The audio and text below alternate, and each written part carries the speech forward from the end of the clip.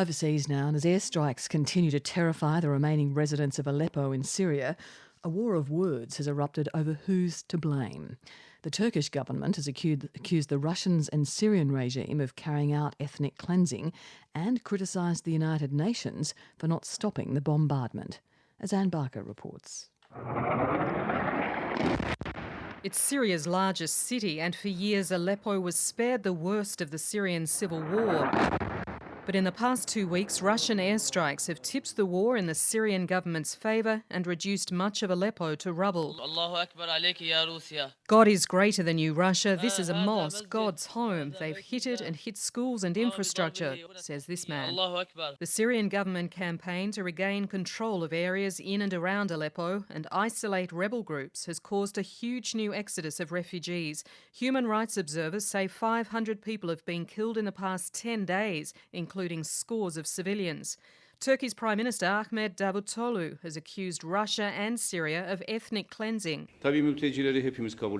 These attacks are intended to bring about a kind of ethnic cleansing in Syria so that all people who don't support the Syrian regime, they're driven out of the country. It's a systematic ethnic cleansing. Tens of thousands of Syrians have now fled Aleppo and massed along the Turkish border. But for a fourth day running, the border is shut, leaving them no option but to shelter on the Syrian side. Refugees have expressed their fears if Turkey doesn't open the border. We're displaced people, says this man. My right foot was wounded in the bombing. We need camps. We need medicine for the children, clothes, food, pills. We have nothing in the camp, says this woman. I'm sick and have no money to get medicine. I'm a widow. Turkey, which already houses 2.5 million Syrian refugees, is now under pressure to reopen the border gate, but it insists it's doing all it can to help Syrians on the other side.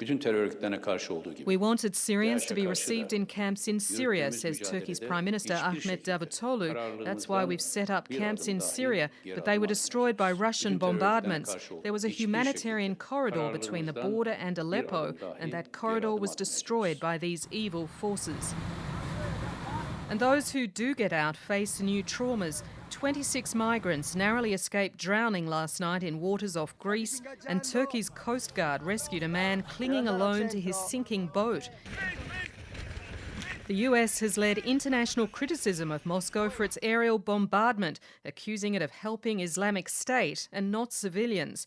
The US Special Envoy Brett McGurk. Russians claim that they're cutting off weapons supply corridors, but they're actually cutting off humanitarian corridors. But the Russian ambassador to the United Nations, Vitaly Churkin, remains defiant. We're not about to be apologetic about what we're doing. We're acting in a very transparent manner.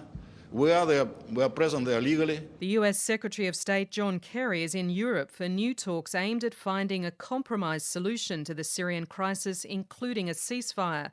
Broader talks, which failed last week, are still scheduled to resume in Geneva in a fortnight. But without the Syrian regime's active support, it's unlikely there'll be any breakthrough. Anne Barker reports.